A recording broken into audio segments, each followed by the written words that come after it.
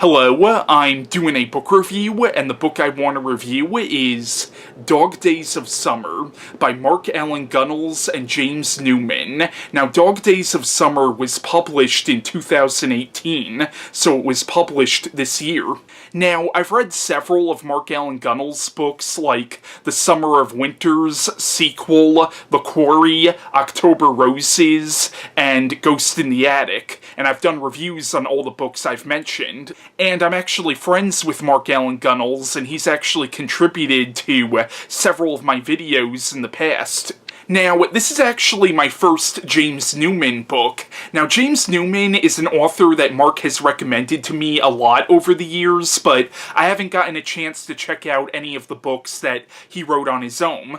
Now, I actually do have James as a friend on Facebook, but I haven't spoken to him nearly as much as I've spoken to Mark over the years.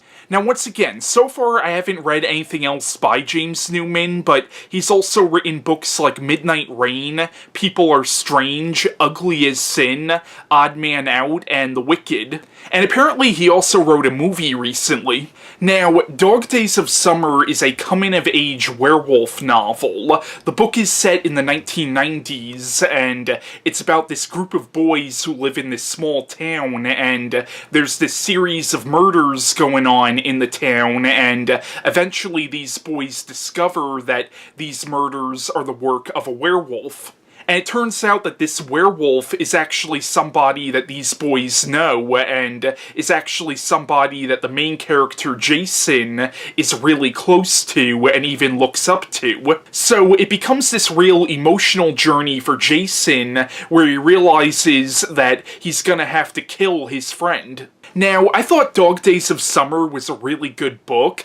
Granted, I might be a little biased, not because I'm friends with the co-author of this book, but actually I'm a sucker for coming-of-age stories, so maybe I'm a little biased in that regard because I absolutely love coming-of-age stories, and Mark has also told me that he's a big fan of coming-of-age stories, and you definitely see his love for the coming-of-age genre in this novel. But one thing I was not expecting with this book is honestly how bleak the ending is. Now, a lot of coming-of-age stories do have very bittersweet endings or sort of melancholy endings, but the ending of this book is actually really, really freaking dark, and it does not end well for the main character at all. And that was actually kind of a nice surprise, because usually in a lot of coming-of-age novels that I read, you realize that afterwards, like after the main events of the story,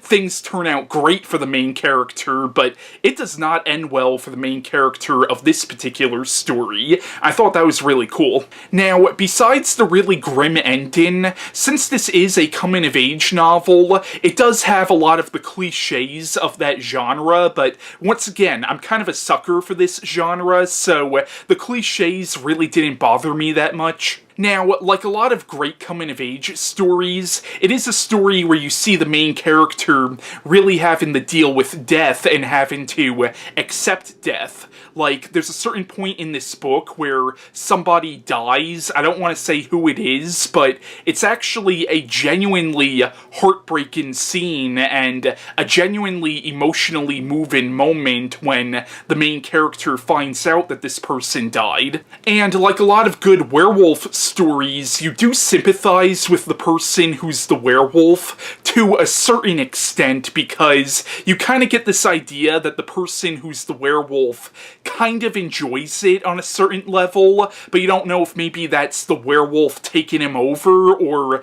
maybe those are desires that he had deep down, so you do feel sympathy for him, but to a certain extent your sympathy kind of ends, because in a lot of ways he's almost welcoming the werewolf.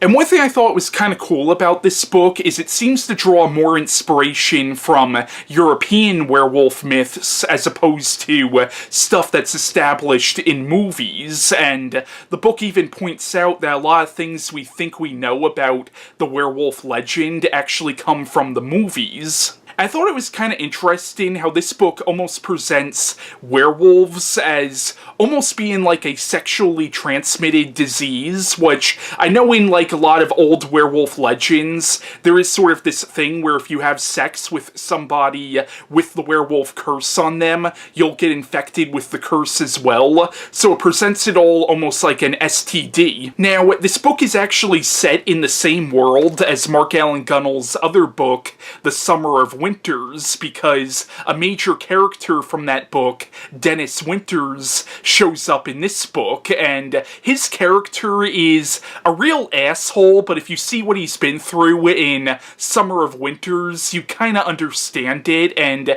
he does have this moment of redemption at the end of the story. Like, I actually really kinda liked the arc that you saw Dennis Winters go through in this book. There's also another major character from Summer of Winters who makes a brief appearance in this book. It doesn't mention her by name, but if you've read Summer of Winters, you'll immediately know who this character is. But yeah, Dog Days of Summer by Mark Allan Gunnells and James Newman I thought was a very good book, and I would definitely recommend it if you're into coming-of-age stories, and if you're into werewolf stories. So that was my review of Dog Days of Summer, and bye.